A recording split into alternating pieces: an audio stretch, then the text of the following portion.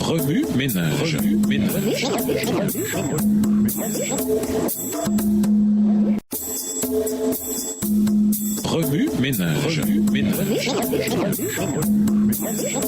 Bienvenue à notre émission Remue ménage. Noël sont de dimanche intérioriser une œuvre inachevée. 6 à 7 années de combat acharné succédèrent aux 40 années d'errance dans le désert. Dieu conduisit systématiquement Josué à travers le pays jusqu'à ce qu'il brise de manière irréversible la puissance militaire des rois cananéens. Chaque conflit était plus difficile que le précédent, mais chaque bataille et la victoire qui s'ensuivait renforçaient la foi d'Israël. Lorsque le pays fut enfin soumis, Dieu donna à Josué la permission de se reposer. Josué 11, verset 23. Il avait combattu fidèlement, faisant preuve de courage devant l'adversité. Face à ses erreurs, il avait fait preuve d'humilité. Il avait accompli l'œuvre pour laquelle Dieu l'avait appelé. Cependant, la conquête de Canaan était incomplète. Israël contrôlait la majeure partie du territoire, certes, mais il lui restait encore du travail à faire. Une fois le territoire divisé entre les tribus, Dieu voulut que les tribus prennent la responsabilité de poursuivre la guerre dans leurs territoires respectifs. Il voulait qu'elles soumettent complètement le pays. Josué avait donné un bon exemple de fidélité et de loyauté. Il incombait maintenant aux Israélites d'achever le travail qu'il avait commencé. Bien qu'ayant encore des défis à relever, ils étaient tentés de se reposer et de profiter de leur victoire passée plutôt que de continuer à aller de l'avant pour réaliser de nouvelles conquêtes. Il est facile de faire l'expérience de la même complaisance spirituelle dans nos propres vies en nous contentant d'une expérience chrétienne moyenne au lieu de viser l'excellence spirituelle par une communion plus profonde avec le Christ. Nous nous contentons souvent d'aller aussi loin que la génération précédente, alors que Dieu nous appelle à remporter de nouvelles victoires et à entrer dans des territoires inexplorés pour lui. Au lieu de nous mesurer à ceux qui nous entourent, reconnaissons l'appel de Dieu à aller plus loin. Les récits de guerre de Josué symbolisent nos propres batailles spirituelles, car nous n'avons pas à lutter contre les êtres humains, mais contre les puissances spirituelles mauvaises du monde céleste, les autorités, les pouvoirs et les maîtres de ce monde obscur, a écrit l'apôtre Paul, Éphésiens 6, verset 12. Nous sommes engagés dans une grande guerre aux conséquences éternelles. Nous avons pour objectif l'héritage de la Canaan céleste. Comment pourrions-nous nous contenter d'une victoire partielle alors que Jésus nous offre quelque chose de mieux? C'est pourquoi saisissez maintenant toutes les armes de Dieu. Ainsi, quand viendra le jour mauvais, vous pourrez résister à l'adversaire et après avoir combattu jusqu'à la fin, vous tiendrez encore fermement votre position. Éphésiens 6, verset 13. Dieu veut nous aider à remporter des victoires complètes dans les batailles spirituelles que nous menons. Minège, revenez à votre texte écrit et étudiez le passage. Encerclez les mots ou expressions où il dit répéter. Soulignez les mots ou expressions qui sont importants et qui signifient quelque chose pour vous. Reliez par une flèche les mots ou expressions aux autres mots ou expressions associés au connexe. Quels éclairages particuliers vos notes semblent-elles indiquer dans l'ensemble? Mémorisez votre verset préféré tiré de Josué, les chapitres 13 et 14. Écrivez-le plusieurs fois pour vous le rappeler plus facilement. De quelle manière êtes-vous tenté de vous satisfaire d'une œuvre inachevée? Au revoir. Et à demain si Dieu veut.